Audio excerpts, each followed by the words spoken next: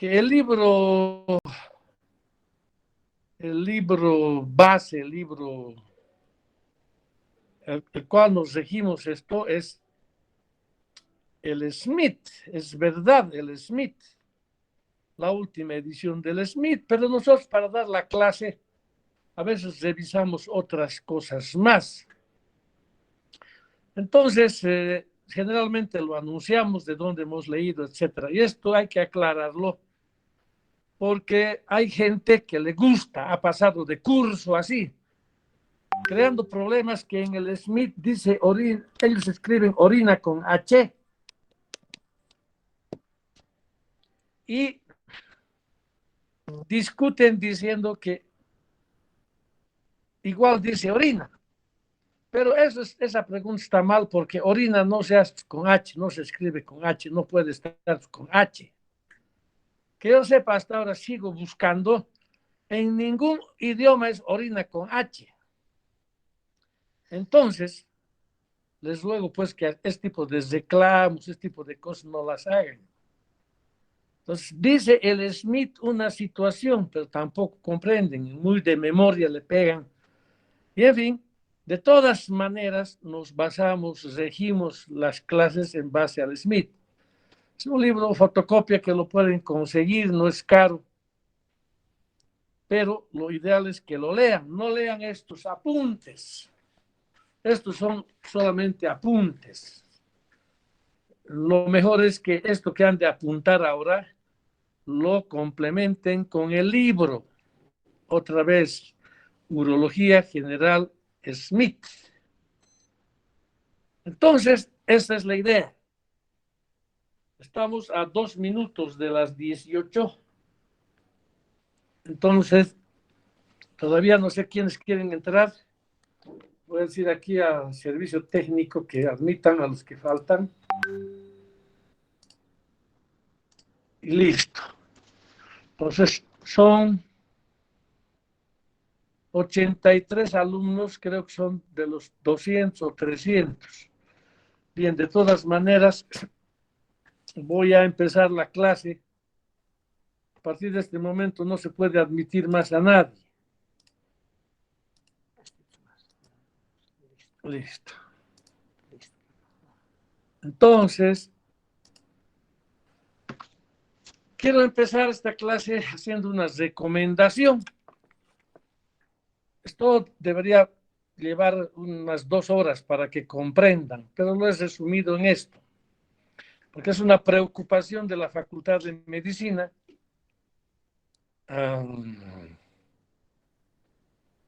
Que quiero decir algo que no se ofendan, porque no falta alguien que se hace al delicado y se ofende.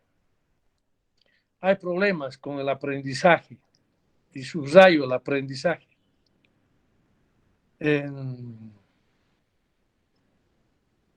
nuestra facultad se ha hecho un trabajo, un estudio con otras universidades, incluidas algunas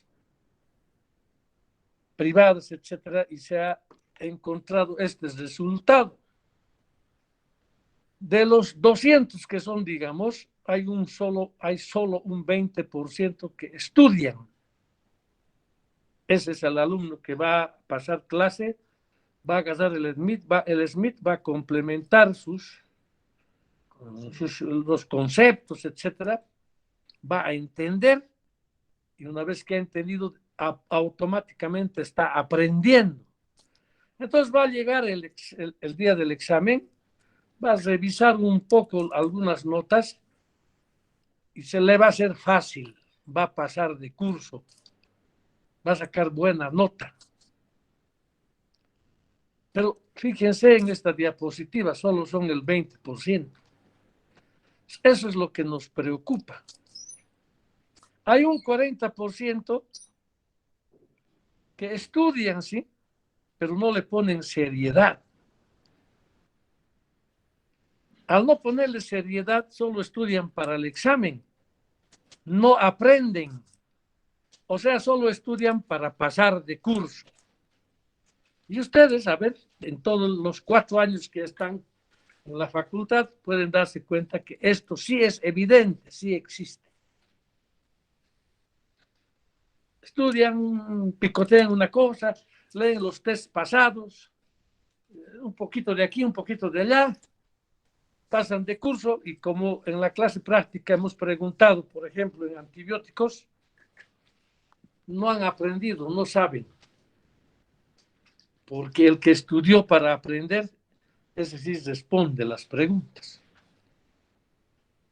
Estamos preocupados por este 40%, pero estos chicos de este 40% pueden, si es que razonan, hay tiempo todavía para que pasen aquí a la primera fila, donde estudian y aprenden.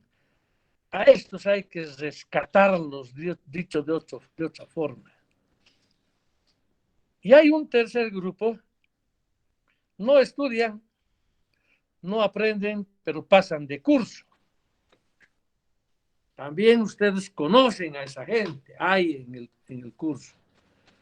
Uno que entra, copia y saca más nota que los que han estudiado.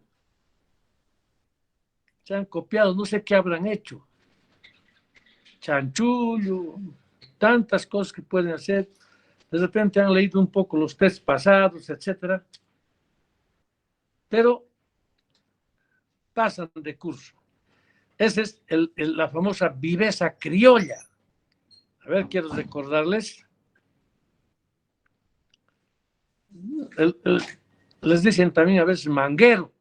Van, chupan y comen lindo y no ponen ni un peso. Cuando hay que hacer cola, nunca hacen cola. Se colan, no se meten en la fila. ¿Qué más hacen estos?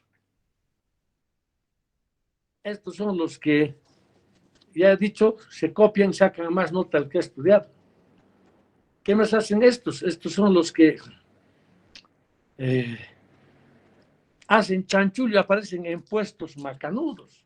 No dan examen de ingreso, no dan examen de competencia, aparecen compuestos, se apoyan en otros gentes.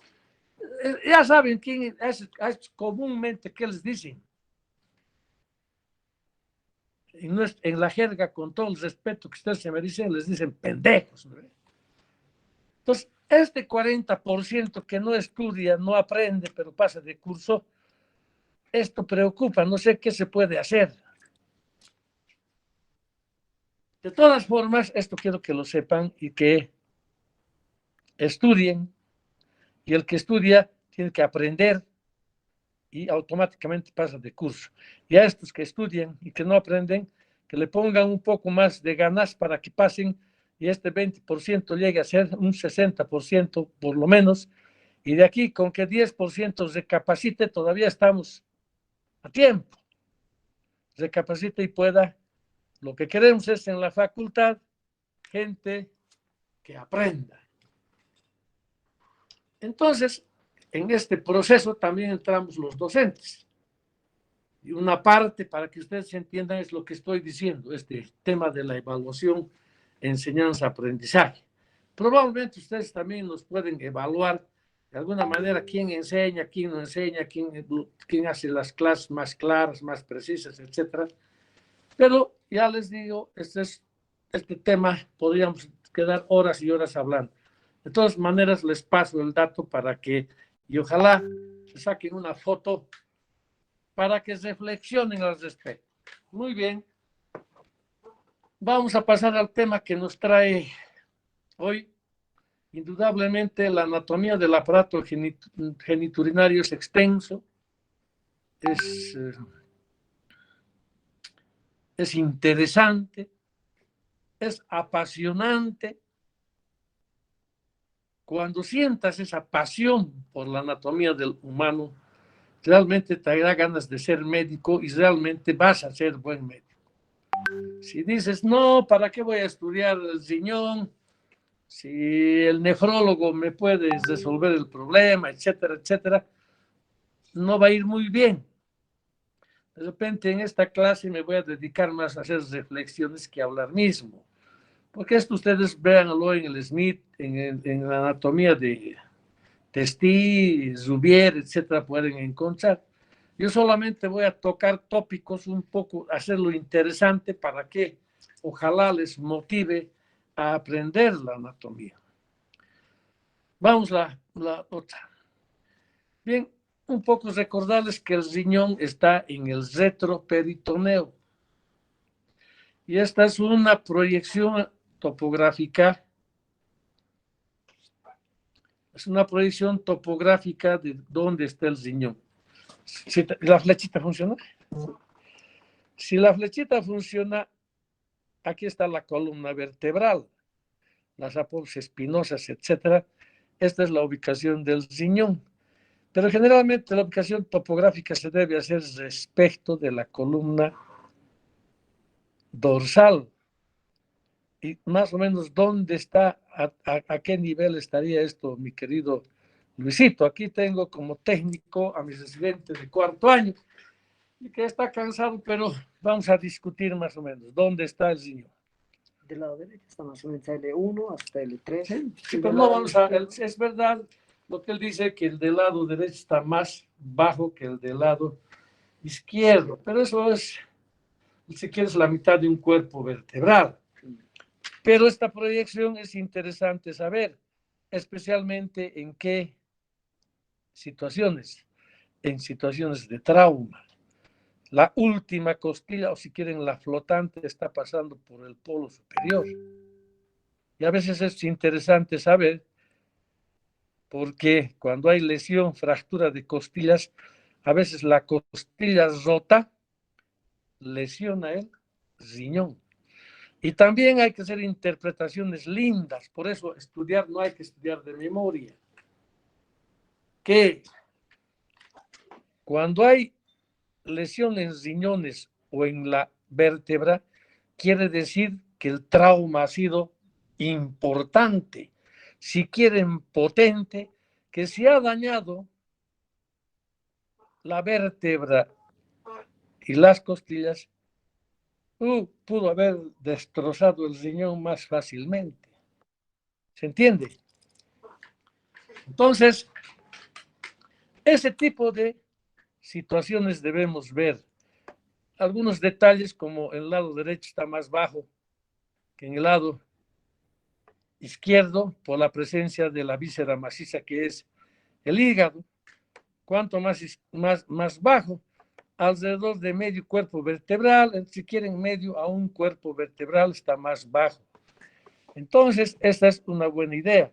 También cuando uno estudia para temas aquí ya prácticos, si hay lesión de riñón, hay que pensar también si es en el lado derecho va a haber lesión de hígado, especialmente en casos de trauma. Y en el lado izquierdo, vaso. Entonces, fíjense lo importante que es saber esto. Y aquí está lo que podemos ver, lo interesante de poder ver en un paciente como el del lado izquierdo, aquí está el hígado, el riñón está más bajo. Y fíjense cuánto más bajo, medio cuerpo vertebral. Aquí hay una proyección topográfica para acordarnos de algunos detalles. Les decía que parte del riñón está dentro, por encima de la última costilla. Este es el músculo psoas. ¿Para qué nos sirve el músculo psoas? Es cuando uno ve en placas de rayos X los psoas a ambos lados, quiere decir que el psoas está en el retroperitoneo y que si se ve la sombra del psoas, el psoas está, o el retroperitoneo está limpio. Entonces está en estrecha relación con el riñón de ambos lados. Y fíjense aquí por donde más o menos se proyecta la pelvis del riñón, que va el uréter hacia adelante, hacia la vejiga. Tal vez me he olvidado decir, os repito, los riñones están en el retroperitoneo. ¿Qué es el retroperitoneo? Ahorita voy a mostrarles mejor por qué la división del retroperitoneo. Esto está más alto, la proyección, etcétera, etcétera, de la pelvis, el uréter. Y esto quiero que recuerden. Este es el abdomen genital mayor y el abdomen genital menor, que cruzan de aquí, se van adelante y llegan a inervar la zona de los genitales. Entonces, alguna vez han escuchado que cuando hay un cálculo y hay un dolor de tipo, a ver, es un dolor que los pacientes dicen no se compara con nada, se tiran, se desesperan, transpiran y piensan que se van a morir y llegan a una clínica, a un hospital. Cuando tú les preguntas, ¿y el dolor dónde va? El dolor va generalmente, te dicen, hacia zona genital. Y este es el dolor clásico de espasmo, generalmente producido por la presencia o de cálculos que obstruyen la vía urinaria y se manifiesta con ese dolor. De ambos lados, por supuesto. Entonces es interesante repasar que aquí encima está la suprarrenal y ahí cito un poquito más así en forma cóncava está el diafragma, que más o menos es 1 centímetro, un poquito más, y que enseguida está el pulmón y también tenemos comunicación. A veces hay que saber que de un absceso en el pulmón puede contagiarse el retroperitoneo, o al revés, un absceso renal puede contagiar al pulmón, etcétera, o al mismo peritoneo. Entonces, no es que separan grandes. Es un poco para saber los segmentos del riñón, que lo pueden encontrar en el libro nuevamente. Ahora voy a hacer solamente de pasaditas para ver un poco los segmentos y qué arteria, qué vena, etcétera pasan. Vamos. Pero esto es más importante. Dice Karina Reynolds. Esto es más importante. Les hablaba que están en el retroperitoneo. Fíjense, el peritoneo visceral viene por aquí, se dobla y se va por aquí el peritoneo visceral. Parte del peritoneo visceral viene aquí y se cierra. Como en un espacio separa este peritoneo, separa el riñón, y este riñón, para que no se golpee masa con masa, está cubierta con una grasa que se llama la gerota o grasa perirenal.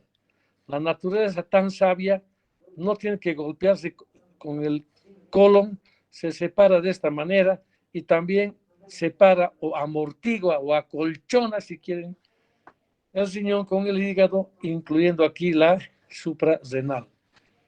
Entonces, aquí lo mismo, fíjense, está una especie de un acolchonado que hay para evitar que se golpee con el mismo músculo psoas, con los grandes vasos, el páncreas. Yo todavía tengo los recuerdos y he leído de que el páncreas está dentro del peritoneo. Alguien dice que la cola es extraperitoneal. Yo no voy a discutir. Si ustedes tienen un libro donde está aclarado actualmente dónde está el páncreas, una belleza. Para mí sigue siendo intraperitoneal. De todas maneras, esto es lo que quiero que vean. Lo interesante de la anatomía, como la fascia de gerota o fascia, esta grasa perirenal, separa también el intraperitoneal del extraperitoneal, y esto de aquí atrás se llama retroperitoneo. Este retroperitoneo va hasta la zona pélvica, y cuando algún problema, un absceso, por ejemplo, se acumula aquí, a veces que puede ser perirenal, un absceso perirenal, se puede convertir en un absceso del retroperitoneo cuando toma la colección todo la grasa que está hasta la fosa ilíaca. Algún rato un apéndice retrocecal puede abrir el absceso, el apendicitis puede abrirse hacia el retroperitoneo y confundir con una infección del retroperitoneo. O también algunos temas ginecológicos mismos, o donde un legrado mal hecho, una infección a partir puede drenarse hacia el retroperitoneo. Aquí está el pulmón y fíjense, aquí está el músculo del diafragma. Son 2 centímetros, si quieren ustedes. A veces se acumula aquí, push, y se drena para este lado, o al revés. Entonces, todas estas cosas son interesantes saber a la hora de interpretar en la parte clínica con temas. No viene pues solito un problema de riñón. Los temas renales pueden estar asociados a temas del peritoneo. Por ejemplo, un colon puede fistulizarse hacia el retroperitoneo, o a partir de una cirugía podemos dañar el colon, podemos dañar el hígado, podemos dañar el pulmón. Por eso también decía que cuando hay trauma y hay costillas rotas, fíjense, puede dañarse el pulmón, el diafragma, el hígado, el riñón, víscera hueca, etcétera, etcétera. El duodeno, vamos a ver, hay una donde se ve mejor la situación esta. Vamos, la otra.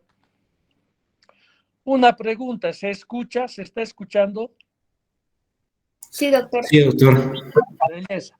Y entonces podemos encontrar esquemas interesantes en otros libros, donde es bueno siempre repasar.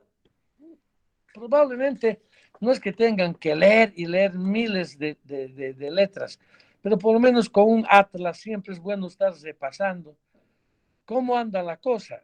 En este lado las relaciones con la vena cava, con la aorta y en fin, con los otros órganos, con los músculos, más o menos cuánto debo entrar en personas normales, digo, en los gordos, por supuesto, es más problemático, para hacer, por ejemplo, una nefrostomía, que es una ostomía, es abocar, ¿no? En este caso sería la vía excretora del riñón hacia afuera en algunas situaciones. Entonces, uno que tiene que atravesar músculos para llegar aquí, romper el parénquima. Cuando ahora está muy de moda, digo en el buen sentido, actualmente sacar cálculos por vía endoscópica, que se llama endurología en urología, y se hace una percutánea, quiere decir, se entra con un nefroscopio a partir de un trocar, etcétera, para sacar cálculos, destruirlos aquí. Entonces, este conocimiento de esto es perfecto, no solo porque seas urólogo, sino porque tienes que tener idea clara de lo que se tiene que hacer. Aquí es lo mismo, ya un corte donde se ve la suprarrenal y la grasa perirenal que les he dicho que está por algunas fibras, está separada de lo que viene a ser después la grasa del retroperitoneo. Vamos a otra. Y esto también es una cosa apasionante, esto es la relación que se tiene, que a veces puede ser una pelvis intrarrenal, fíjense, está dentro, y una pelvis extrarrenal que está afuera. A veces puede haber una sola vena que entra hasta aquí y ahí adentro se divide, o una arteria que entra hasta aquí adentro y ahí adentro se divide, o puede haber como esto, ramas aquí afuera. Entonces, todas estas cosas el urólogo debe tener muy en consideración para entrar a la cirugía y ver de no dañar estas estructuras vasculares. La relación con las suprarrenales, etcétera. ¿Cuánto mide un riñón? 12 por 6 por 3 de espesor. ¿Para qué saber? ¿Qué importancia tiene saber las medidas?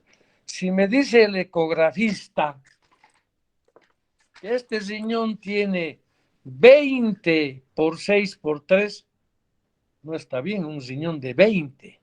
Probablemente sea un riñón compensador, una hipertrofia renal, etcétera, y habría que revisar el otro lado. Puede ser que el otro lado esté atrófico y para reemplazar el del otro lado haya crecido.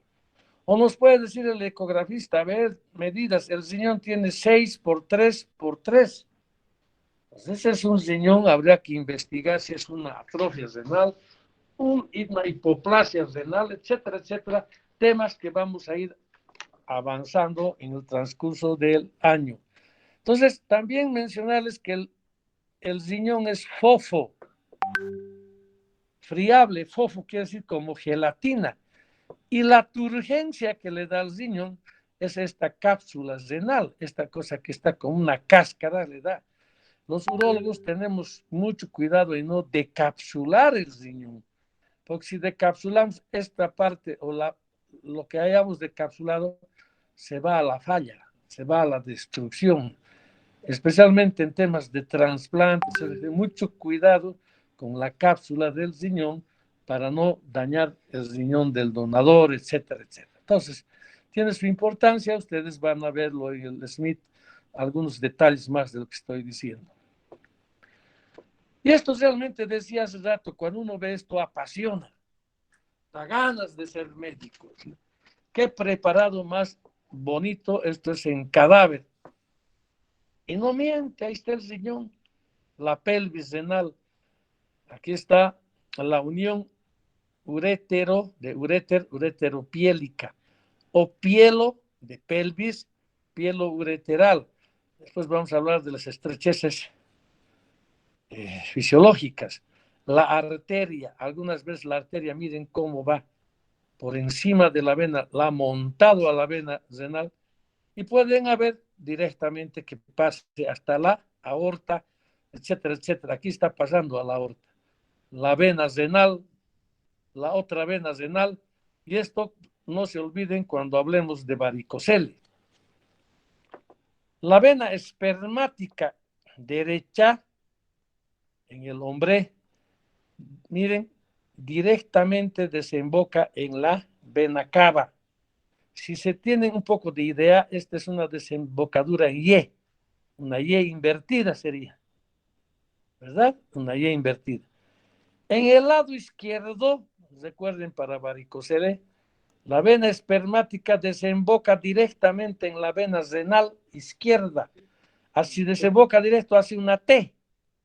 Esta sería la causa, una de las teorías más ciertas, por qué hay varicocele. Y alguien me dice, si todos tenemos la misma anatomía, ¿por qué unos hacen varicocele y otros no?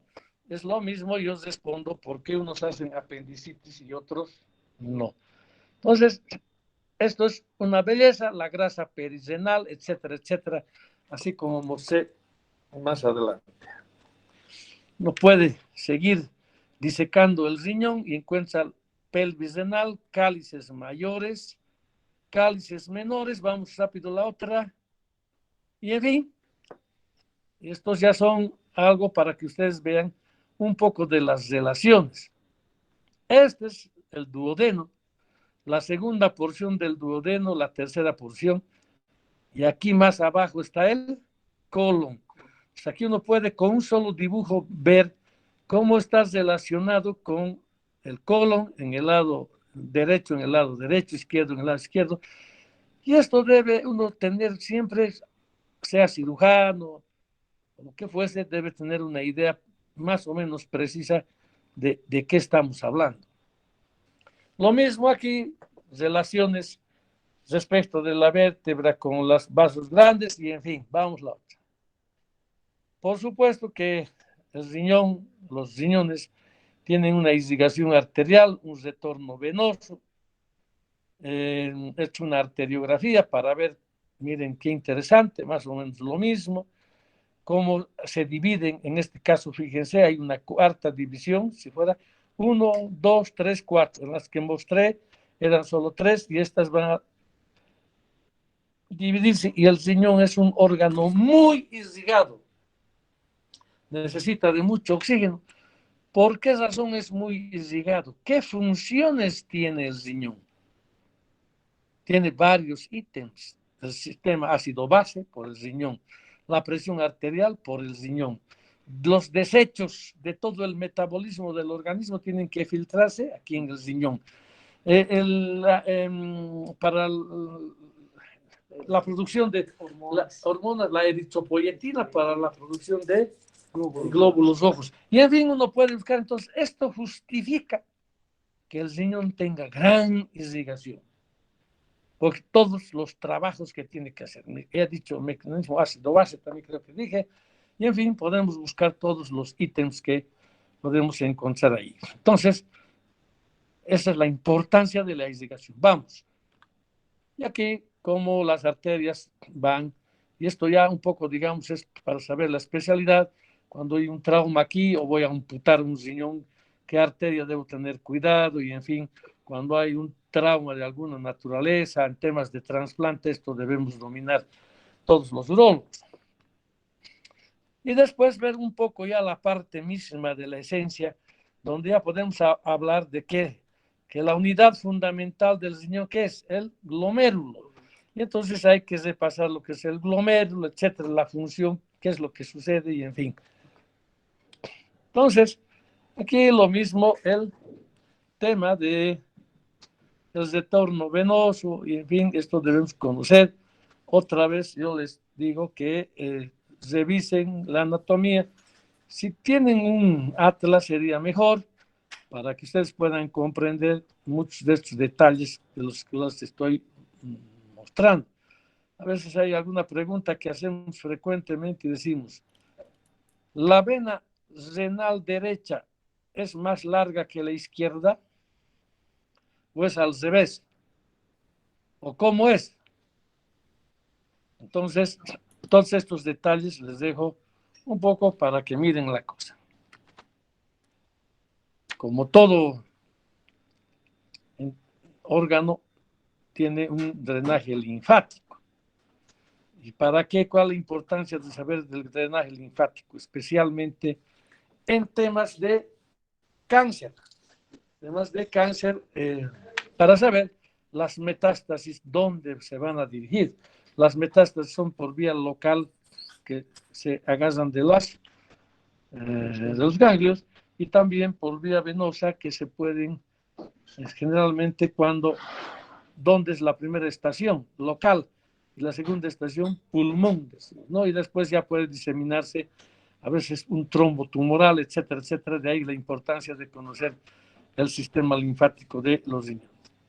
Y eso que les decía, ya un poco la parte de la filtración misma, los glomérulos y todos esos detalles que hay que recordar. No será finito como tenemos que saber, pero hay que recordar y hay que estar un poco siempre con temas importantes, cosas grandes, de repente las pequeñas no, para tener una idea exacta cómo es que, por ejemplo, cómo funciona el sistema renina-angiotensina.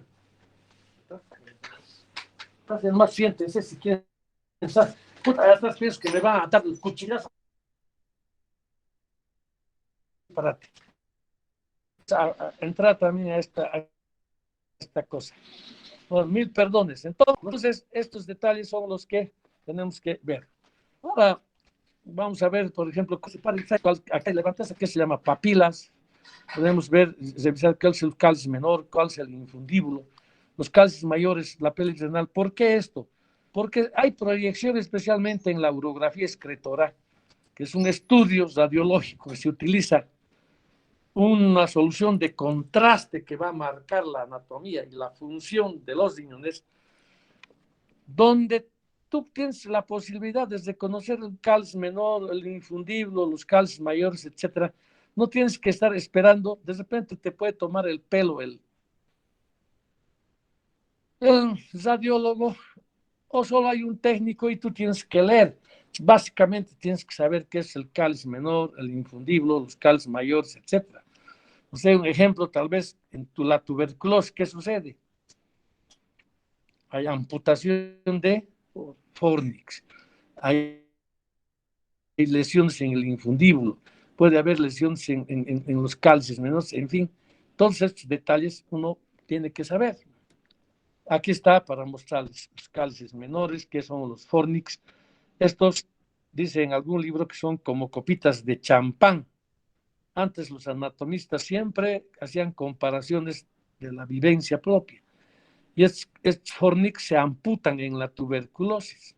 Cuando se ve fornix así en bola, no tienen estas puntitas, se habla de tuberculosis. Por darles un ejemplo, estos son los infundíbulos, estas cosas delgadas de estas cosas que pasan a los cálices menores, etcétera, etcétera. Vamos otra. Como todo, tiene una inervación que es del plexo renal, etcétera. Los linfáticos lumpares mostraremos mejor por temas de tiempo, etcétera. Yo voy a solamente mostrarles así de pasadita.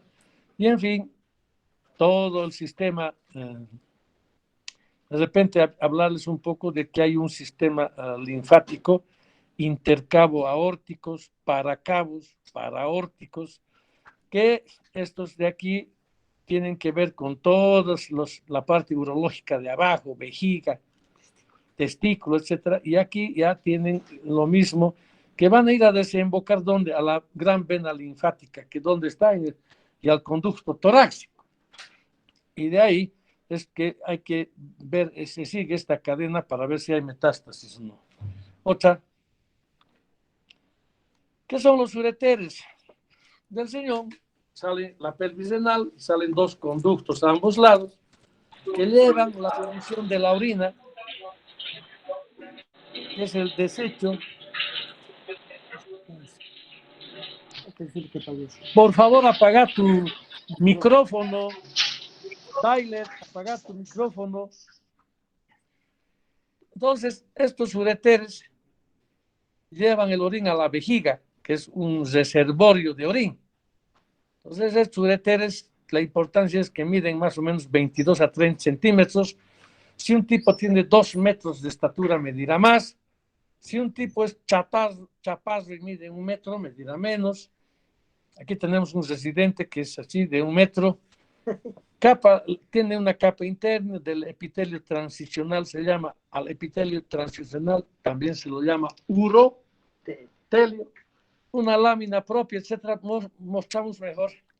Y aquí está un poco la capa interna, etcétera, la músculo liso, que viene desde el riñón hasta la vejiga, y la vejiga también tiene el mismo epitelio. Aquí el epitelio nace en los cálices menores hasta la vejiga. Entonces tiene arterias, de acuerdo al lugar, se divide más o menos en uréter superior, medio, inferior. El uréter superior está irrigada por ramas de la arteria renal, otras por ahí. El medio por ramas de la ilíaca, y las de abajo también por ramas de la pudenda interna, y en fin, vamos. Pues aquí, de repente, fíjense, un estrechamiento fisiológico, otro estrechamiento fisiológico cuando pasa por no. ¿Qué son los grandes vasos? La ilíaca primitiva y la vena ilíaca primitiva. Y otras cuando ingresa, ¿a dónde? Ingresa a la vejiga. Es un túnel que ingresa a la vejiga. ¿Para qué saber del uréter y todas estas cosas?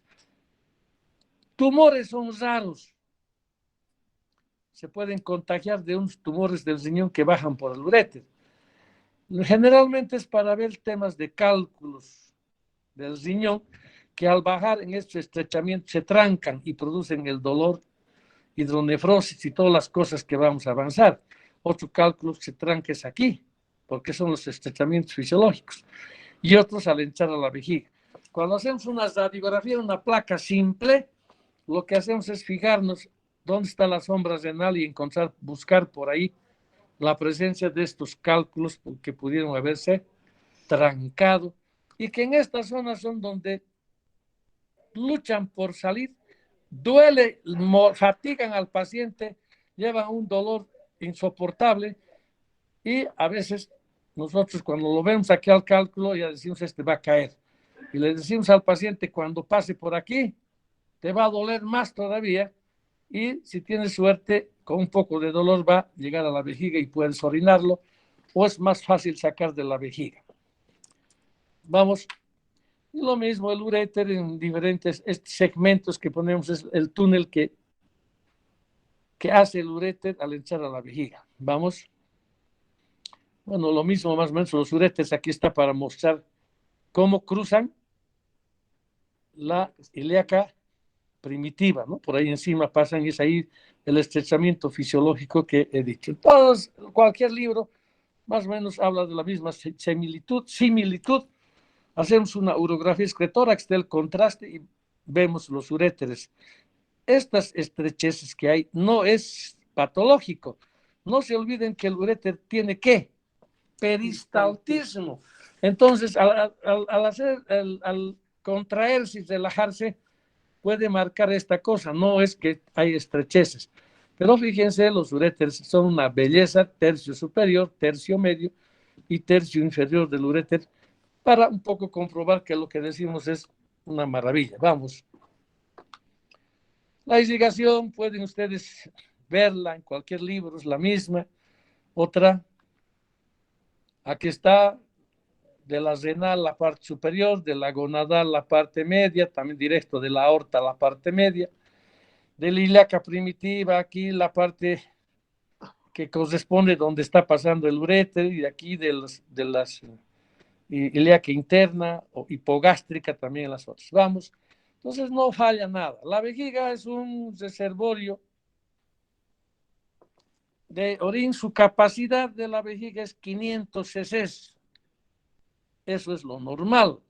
Algunas patologías como una vejiga neurogénica o una tuberculosis pueden hacer que se disminuya o que disminuya la capacidad vesical a extremos como 100 cc de capacidad. Entonces uno puede darse cuenta que este paciente va a orinar cada rato. O en algunos casos también dependerá de a qué altura ha habido daño medular para que la vejiga reciba hasta 3 litros, que no es normal.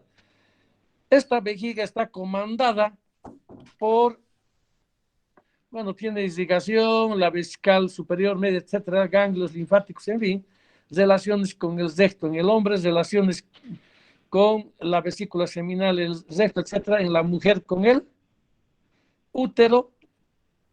Bueno, pero esas cosas que nos van a encontrar fácil, lo que quería decir que esta vejiga está en estrecha relación, comandada por el cerebro. Está comandada por el cerebro. 500 cc. A ver, más bien, cuando tienes 200 o 300 cc, tienes la primera sensación de micción. Y el cerebro dice, tengo ganas de orinar. A ver, voy a alcanzar a mi casa, o voy a buscar un baño público, o voy a entrar a la facultad de medicina. Digo, no, me voy a aguantar porque si entro a la facultad de medicina, de repente está sucio, de repente encuentro mi nombre en los grafitis, etcétera. Mejor me aguanto. Esa cualidad que tiene, esa posibilidad de que el cerebro y la vejiga se entiendan muy bien, diferencia de los animales al hombre. El hombre puede tanto el recto programar para ir a defecar, etcétera, etcétera, igual para orinar. Entonces, eso es lo que diferencia, digo, de los animales, porque los animales donde sea se orinan y donde sea defecan, el hombre no. Precisamente porque la conexión interesante que tiene con el cerebro. Cuando se daña esa conexión, para que los revisen, se llama vejiga neurogénica. La inervación de la vejiga es por los pudendos. A ver, revisen los pudendos. Salen del plexo sacro de la médula espinal. Son nervios sensitivos y motores que comandan la acción de la vejiga. Por eso cuando hay lesión raquimedular, los que están en sillas de ruedas, etcétera, no tienen este comando ni en el recto ni en la vejiga, y entonces se daña. No solo es las lesiones raquimedulares, puede haber accidente cerebrovascular, cirugía de cerebro, cirugía de columna, traumas, etcétera, Parkinson, enfermedades degenerativas como el Parkinson, ¿cuál es el otro? Alzheimer, y en fin, que pueden llevar a la vejiga neurogénica. Entonces, ahí está la vejiga, de repente vamos, su relación con las vesículas seminales, la próstata, y en fin, vamos otras. Pero lo más interesante es por atrás cómo entra él, los uréteres, la próstata, en fin. De repente es algo interesante, desemboca en los meatos ureterales, y aquí con este orificio que se llama también esfínter interno de la vejiga, hacen un triángulo, y este triángulo, ¿qué se llama? Trígono. Entonces a veces van a escuchar cuando hablamos de vejiga, el trígono vesical. un tumor cerca del trígono, retrotrigonal, lateral al trígono, intertrigonal, o sea, metido en el trígono, sirve bueno identificar. Y aquí están las válvulas de Valdeyer que evitan lo que se llama el reflujo. Cuando tú orinas, todo se abre, sale por aquí el orín y estas válvulas se cierran. Pero cuando hay daño de estas válvulas, sale el orín por aquí y el orín regresa hacia el riñón y eso es lo que se llama reflujo, que en algún momento vamos a llevar en alguna patología. Bueno, esto es más o menos para mostrarles lo mismo, por dónde vienen los uréteres, etcétera. Vamos, otra. Aquí está el trígono, los meatos ureterales. Ese hace el trígono a veces de esta forma, cuando está contraída la vejiga, y en fin, vamos. Este es un poco para mostrar la irrigación de la vejiga, que vamos a ver en otro. Aquí está. Este es para mostrarles cómo está a partir de los pudendos en el plexo sacro, S1, S2, va hasta el cerebro. Pueden ustedes ver al tálamo, donde aquí se genera la información, y de aquí la información manda el cerebro hacia la vejiga y se puede orinar, etcétera, etcétera. Otra vez les digo, 500 esa es la capacidad. A veces las mujeres pueden tener un poco más de capacidad, porque se aguantan. En cambio, no son como los hombres que se orinan en las ruedas de un camión, en el árbol, en la pared, etcétera, que más o menos pueden mantener su vejiga en capacidad normal. Ojo con esto, a veces es interesante que el aguantarse y el hacer que la vejiga se distienda más puede ser una causa de infección urinaria. Cuando uno ve infección urinaria, siempre dice de que no debe aguantarse de orinar, tomar mucho líquido, no aguantarse de orinar, etcétera, etcétera, que ya veremos. Pero este es para ver la conexión, cómo está el cerebro, la médula espinal, el hipotálamo, etcétera. Vamos a otra. Bueno, la vejiga pueden leerlo, la irrigación, no voy a demorar en estas cosas, los linfáticos, las venas, en fin, vamos. Y de repente aquí está para ver igual la anatomía y cómo las vesículas atrás, las vesículas seminales en el hombre, en fin, a ver si hay uno en la mujer. Bueno, está en relación por debajo de la vejiga está la próstata. Aquí la uretra, ¿qué es la uretra? Empieza en la vejiga, es la parte terminal, si quieren, de la evacuación del orín, pero una parte importante que se llama verum montanum es que llega por aquí hacia las vesículas seminales y las vesículas seminales desembocan en el verum montanum, por donde va a salir el líquido seminal. Aquí atrás está el esfínter interno, quisiera que los revisen en el libro qué es el esfínter interno, y el esfínter externo. El esfínter externo es para que no ande yo perdiendo orín, y el esfínter externo, para no perder orín. El esfínter interno es para que cuando hay eyaculación se cierra este esfínter y todo el semen se va hacia adelante. En cirugía de próstata, por ejemplo, dañamos siempre el esfínter interno. Entonces, una consecuencia que les decimos a los pacientes es que la eyaculación va a ser retrógrada, o sea, se va a eyacular el mismo hacia la vejiga y luego, cuando tenga ganas de orinar, lo va a eliminar con que se llama este mecanismo interesante que es orinar. Entonces, aquí está el verum montanum, lo mismo, el esfínter externo, el esfínter interno, el trígono, etcétera. Vamos a otro. Más o menos para mostrar lo mismo, pero hay varias divisiones de la uretra. En el hombre, todo lo que se va a colgar por delante, por el pene, se llama uretra anterior, y todo lo que está dentro se llama uretra posterior. Esa es una clasificación fácil. Pero también se puede decir uretra prostática, uretra membranosa, uretra vulvar y uretra peneana. Eso ustedes vean, traten de hacerlo interesante para saber. Entonces, ¿dónde generalmente se lesionan la uretra? Es entre la prostática y la esponjosa, también se llama, o la uretra esponjosa, porque esta es la sínfisis del pubis. Hay una fractura de la sínfisis del pubis que va a lesionar esto. Esa es la importancia, además, para hacer una uretrografía y decir, hay lesión en la uretra vulvar, en la esponjosa o en la prostática. Entonces, esa es la idea. Vean las clasificaciones. Lo más fácil es decir anterior y posterior. Entonces, en la mujer, no es que sea menos importante la uretra. Es importante, solo que este tamaño de la uretra tiene 2 o 3 centímetros.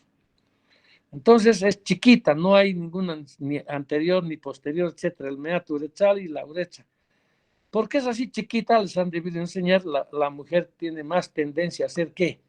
Infección urinaria, porque los microbios 2 centímetros pasan rápidamente porque la infección es siempre ascendente, por la anterior, a 15 centímetros, quiere decir que en 15 centímetros hay mayor, si ustedes quieren, el sistema inmunológico está instalado en mayor cantidad aquí que evita que haya infección urinaria. La siguiente, comparada con la mujer que apenas es 2 o 3 centímetros, ¿verdad? Además, Dios hizo tan brillante, tan perfecta a la mujer, pero se equivocó en una cosa. Se equivocó Dios en que le puso cerquita de la vagina y del recto, del ano. A veces la contaminación de, cuando uno defeca, etcétera, contamina y la E. coli es la que se entra directo a la vejiga. Eso lo vamos a ver en infección urinaria, no se preocupen. Los testículos, ¿cuánto pesan? Yo les pregunto a los alumnos de medicina que están escuchándome, ¿cuánto pesa tu testículo? No saben. 15 a 20 gramos. Es un testículo, un epidídimo. ¿Qué es el epidídimo? Todos los vasos rectos se dice vasos rectos, los conductos rectos, si quieren, que salen, o sirve para que salgan los espermatozoides, todos se juntan en este reservorio que es el epidídimo, y de aquí, por el conducto deferente, ¿dónde van a ir? Van a ir a la vesícula seminal. Hay algunas cosas como apéndices testiculares, quistes de epidídimo, como están viendo aquí, que cuando llevemos la patología necesaria vamos a explicar. Entonces aquí está, tiene muchas capas el testículo, es interesante aprender, especialmente los residentes, dónde se forman las células, los espermatozoides, en las células de Leydig, y dónde se forma la testosterona. No es al revés, es en las células de Sertoli, más bien los espermatozoides y las de Leydig es la que forman la testosterona. Ya saben que la testosterona da los caracteres secundarios al hombre y además sirve para ¿qué? Tiene como 20 ítems la testosterona. Para el deseo sexual, tiene que ver con el tema de diabetes, el control del azúcar, tiene que ver con los temas de minerales en los huesos, en fin, ya vamos a ir hablando también de este tema. Vamos, otra. Y aquí están los que les he dicho, los vasos rectos, reservorio, el uréter, y por el conducto deferente va. Este conducto deferente, algunos quieren hacerse ligar para que no tengan hijos, y es lo que se llama vasectomía. Entonces aquí, bueno, vamos. Oh, miren, no es tan fácil, hay pequeños vasos, pequeñas arterias, etcétera. No es sencillo aprender, especialmente en el lado izquierdo, para ver lo que es el varicocele. Vamos a repetir la anatomía precisa cuando estemos avanzando de esta patología. Este es el testículo, cómo va hasta atrás a las vesículas seminales, y en fin, más o menos lo mismo. Vamos, otra. Esto es lo que es el testículo así visto desde afuera, tiene mucha irrigación, todos estos, está rodeado por los músculos, el cremaster y otros, el conducto deferente. En fin, vamos a ver otra. Bueno, el conducto deferente es aquel que lleva los espermatozoides desde el epidídimo a la vesícula seminal. Tiene, aquí está una arteria, las arterias espermáticas que les dije, en el lado derecho desemboca directo en la vena espermática en la cava, y en el lado izquierdo directamente en la renal. Y así más o menos todas estas cosas. Vamos, la próxima.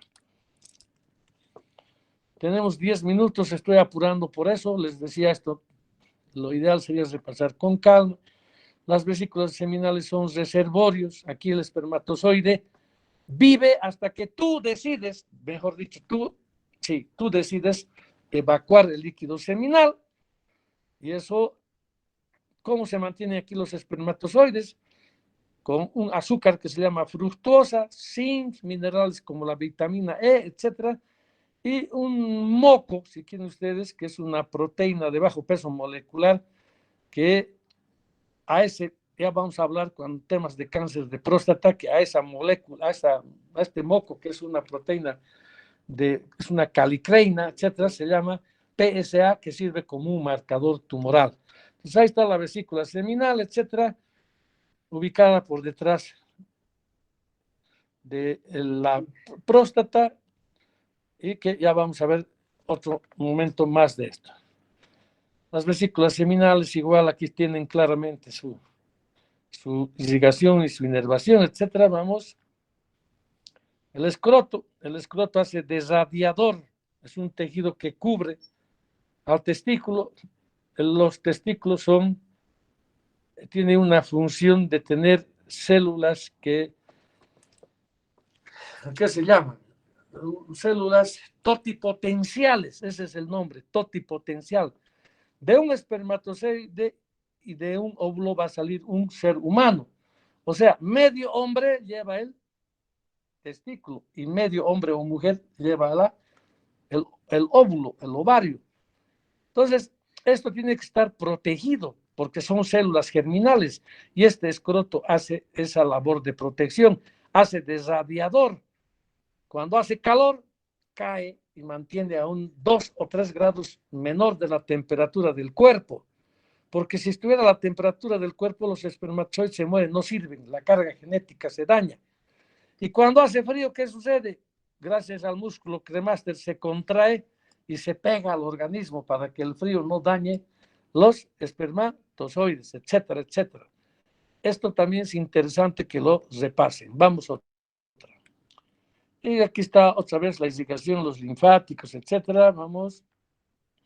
Y un poco el tema de la próstata, que es una glándula de secreción interna y externa. Solo les voy a decir esto, cuando llevemos próstata vamos a ir a los detalles precisos para este líquido prostático, es el que se acumula en la vesícula seminal y mantiene a los espermatozoides hasta que decidas que vayan a salir. Vamos a otra, y aquí podemos ver la anatomía que lo vamos a describir por temas de tiempo cuando demos la clase de próstata. Vamos. Y también tiene su irrigación, que debemos saberlo nosotros los urólogos que operamos próstata cada día. Vamos de nuevo. Y el pene, más o menos, para que ustedes vean que estoy hablando, esta raya, ¿por qué salió? El pene, más o menos, tiene alrededor de 15 centímetros, eso es lo normal. Algunos siempre creen que tienen 20, tener 20 no es normal. Eso les explico porque cuando hay erección, la sangre para el pene está determinada. Son 2 émbolos, en cada uno va alrededor de 20 cc. Puedes tener 50 centímetros, igual te va a dar 20 cc de sangre en cada lado y no vas a tener buena erección. Así que para esos que se hacen a los remachos, ¿ve? Entonces vamos a la próxima. Entonces, ustedes ya saben para qué es. Uno sirve para orinar y la otra función es para copular y en satisfacción sexual y además también perpetuar la especie. Vamos otra. Entonces tienen los cuerpos cavernosos. Pueden ustedes aquí, si quieren, sacarle una foto para ver las arterias importantes de estas arterias, como tienen un sistema de vénulas. Y la irrigación es interesante porque estos 2 émbolos que se cargan con sangre son los que producen la erección. La fisiología de la erección es interesante. Vamos a otra. Y más o menos para que vean todo lo que es la irrigación, los nervios, están comandados igual por S1, S2, que viene de los pudendos, o a partir de los pudendos de la médula ósea, etcétera, que van a ver, están en relación con núcleos centrales del cerebro, que tiene que ver todo este mecanismo para el tema de la erección. Vamos. La uretra femenina, un poco para que también vean ustedes que la uretra no tenemos ningún problema de no hablar, es chiquita, tiene su irrigación, tiene todas estas cosas lo mismo. Vamos otra, todo el sistema linfático en la uretra, que puede llevar especialmente en cánceres que tengan que ver con la zona, deberíamos conocer. Otra, y así sucesivamente, hasta donde llegan, vamos. Otra. Bueno, eso es rápidamente, faltan 5 minutos para las 7. Rápidamente he tratado de darle un abuelo de pájaro, como se dice, un poco de recordarles la anatomía.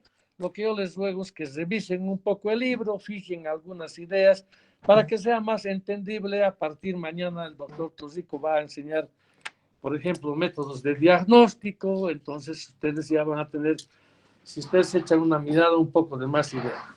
Vamos a ver, ¿alguna pregunta que ustedes quieran hacer?